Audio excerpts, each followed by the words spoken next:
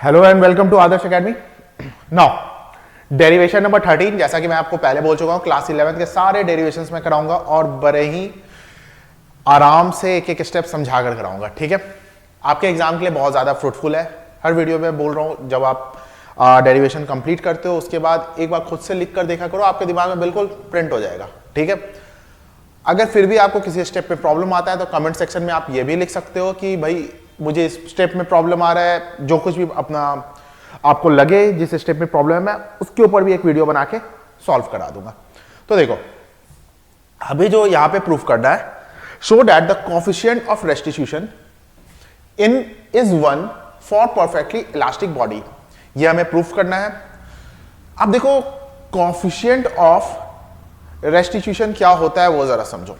ये होता है, या तो ये एक सबसे पहली बात रेशियो है। रेशियो क्या है? या तो इनिशियल वेलोसिटी यानी कि u1 plus v1 upon u2 plus v2, इस रेशियो को हम लोग क्या बोलते हैं?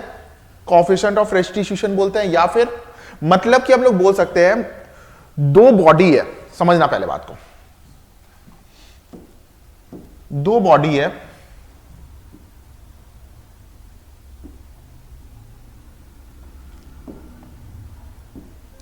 लेट से ये m1 है और ये m2 है, दोनों अलग अलग हैं और दोनों में क्या हो जाता है? कोलिजन हो जाता है। अब देखो ये मास तो चेंज नहीं होना है, मास तो वही रहेगा, लेकिन वेलोसिटी में चेंज हो सकता है, यानी कि ये तो m1 और m2 ही रहेगा। लेकिन अगर मैं मान लेता हूं कि कोलिजन होने के पहले, बिफोर कोलिजन, अगर इसकी वेलोसिटी u1 थी और इसकी वेलोसिटी u2 थी, तो कोलिजन होने के बाद इसकी वेलोसिटी v1 और इसकी वेलोसिटी v2 हो जाएगी, मान के चलते हैं। ठीक है, अच्छा अब क्या हो रहा है कि रेस्टिट्यूशन, कोएफिशिएंट ऑफ रेस्टिट्यूशन क्या होता है वो जरा समझो। ये होता है क्या कि इनिशियल वेलोसिटी, ठीक है, इनिशियल वेलोसिटी में अप्रोचिंग और डिप्रोचिंग के वेलोसिटी का डिफरेंस को हम लोग क्या बोल सकते हैं? Coefficient of restitution. या फिर बोल सकते हैं, अगर नहीं मन है ऐसे बोलने का, मतलब देखो दो ऑब्जेक्ट, जब दो ऑब्जेक्ट, ठीक है, दो ऑब्जेक्ट हैं जो कि टकराए, टकराने के बाद इनका वेलोसिटी चेंज हुआ। टकराने के पहले u1 u2 था, टकराने के बाद v1 v2 हो गया। अच्छा, तो टकराने के पहले दोनों का वेलोसिटी क्या था? u1 और u2, इनका डिफरेंस, और टकराने के बाद का जो डिफरेंस था उनका रेशियो को कोएफिशिएंट ऑफ रेस्टिट्यूशन बोलते हैं। या फिर बोलो पहले बॉडी का टोटल वेलोसिटी और दूसरे बॉडी का टोटल वेलोसिटी के रेशियो को कोएफिशिएंट ऑफ रेस्टिट्यूशन बोलते हैं। जैसे चाहो वैसे बोल सकते हो। तो मतलब हमें प्रूफ क्या करना है कि इनका रेशियो क्या होगा? 1 होगा। ये हमें प्रूफ करना है। कैसे करेंगे? तो चलो देखते हैं। सबसे पहली बात, as we know momentum before collision is equal to momentum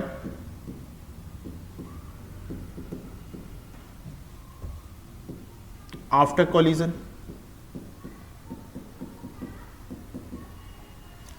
before collision momentum का फॉर्मूला क्या होता है? Mass into velocity. तो बिफोर कोलिजन क्या लिख सकते हैं भाई? m1 u1 plus m2 u2। अच्छा, आफ्टर कोलिजन क्या हो जाएगा? m1 v1 plus m2 v2। अब एक साइड क्या कर दो, m1 को ले आओ, m1 u1 minus m1 v1 equal to m2 v2 minus m2 u2। अच्छा, अगर मैं इधर से m1 को कॉमन ले लूं तो क्या हो जाएगा?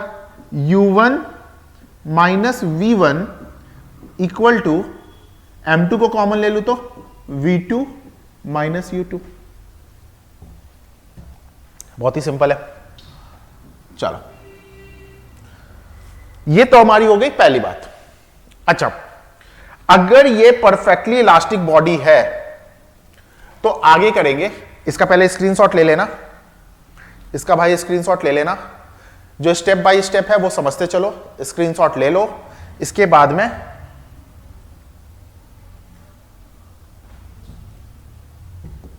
As we no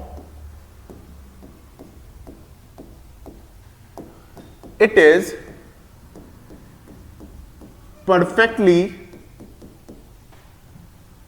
elastic body। जैसा कि हमें पता है कि ये परफेक्टली इलास्टिक बॉडी है, ठीक है। एक मिनट, जैसा कि हमें पता है कि ये क्या है, परफेक्टली इलास्टिक बॉडी है। परफेक्टली इलास्टिक बॉडी है तो फिर total kinetic energy,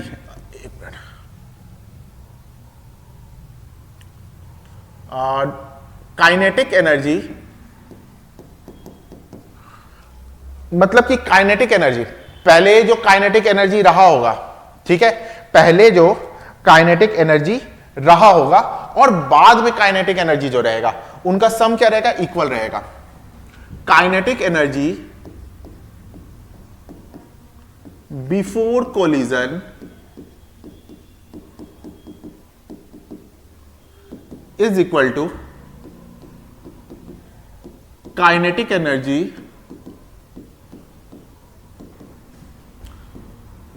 after collision. अच्छा, काइनेटिक एनर्जी का फॉर्मूला बच्चे बच्चे को पता है क्या होता है भाई, हाफ mv स्क्वायर। तो देखो दो ऑब्जेक्ट है, एक क्या है m1 और दूसरा है m2, तो टोटल काइनेटिक एनर्जी क्या हो जाएगा, हाफ m1 u1 का स्क्वायर प्लस हाफ m1 नहीं m2 u2 का स्क्वायर। ये क्या हो गया, बिफोर कोलिजन वाला बात हो गया। अब आफ्टर कोलिजन वाला देखते हैं, हाफ m1 v1 का square plus half m2 v2 का स्क्वायर। क्या मैं हाफ को कॉमन ले सकता हूं, हाफ मैंने कॉमन लिया तो हो गया m1 u1 का स्क्वायर प्लस m2 u2 का square equal to half m1 v1 का स्क्वायर प्लस m2 v2 का स्क्वायर। इस हाफ को हाफ से कट कर दो, सॉरी इस हाफ से कट कर दो। अब क्या हो जाएगा भाई, एक तरफ क्या ले आओ, m1 को ले आओ, तो m1 ये क्या हो जाएगा, u1 का स्क्वायर, इधर आएगा तो क्या हो जाएगा, v1 का स्क्वायर। अब मैं m2 को कर रहा हूं तो क्या हो जाएगा, v2 का स्क्वायर माइनस u2 का स्क्वायर। अच्छा, इसके पहले जो हमने किया था, इसके पहले जो हमने किया था यहां पे, लेट से इसको इक्वेशन नंबर 1, और अब जो मैं कर रहा हूं और इसको मैं कर देता हूं इक्वेशन नंबर 2। अब मैं क्या कर रहा हूं, डिवाइडिंग 2 बाई 1, क्या मिल रहा है भाई, 2 क्या है, m1 u1 का स्क्वायर माइनस v1 का स्क्वायर है ना। तो इसे मैं a square minus B square के आइडेंटिटीज पे ब्रेक कर सकता हूं। क्या होता है a square minus B square, a plus B और a माइनस बी। तो क्या हो जाएगा, u1 प्लस v1 और u1 minus v1 equal to m2 क्या हो जाएगा, v2 plus u2 upon v1 minus, sorry v2 minus u2। अच्छा, अपॉन में क्योंकि डिवाइड कर रहे हैं, मैंने जस्ट इसको अभी एक्सपैंड किया है, डिवाइड कर रहे हैं तो भाई क्या था, m1 u1 माइनस v1, तो m1 u1 माइनस v1, और इसके नीचे क्या आ जाएगा, m2 v2 माइनस u2। अच्छा बताओ, m1 से m1 गया और u1 माइनस v1 से u1 माइनस v1 गया, m2 से m2 गया और v2 माइनस u2 से v2 माइनस u2 गया। तो हमारा फाइनल क्या आ गया, u1 plus v1 equal to v2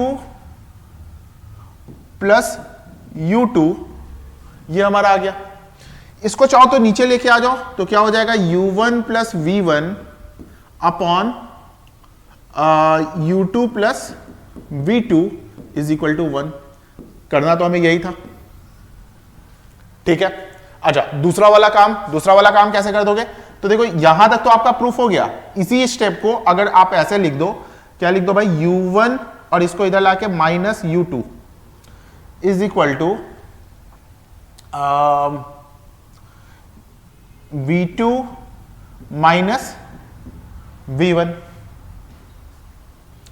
इसका भी रेशियो पूछ देता है, तो भाई ये भी क्या होगा, आपका 1 होगा। देखो यहां पे मैंने आपको बोला था कि या तो आप ये कर दो u1 plus v1 upon u2 plus v2, तो भाई ये हमारा ये हो गया।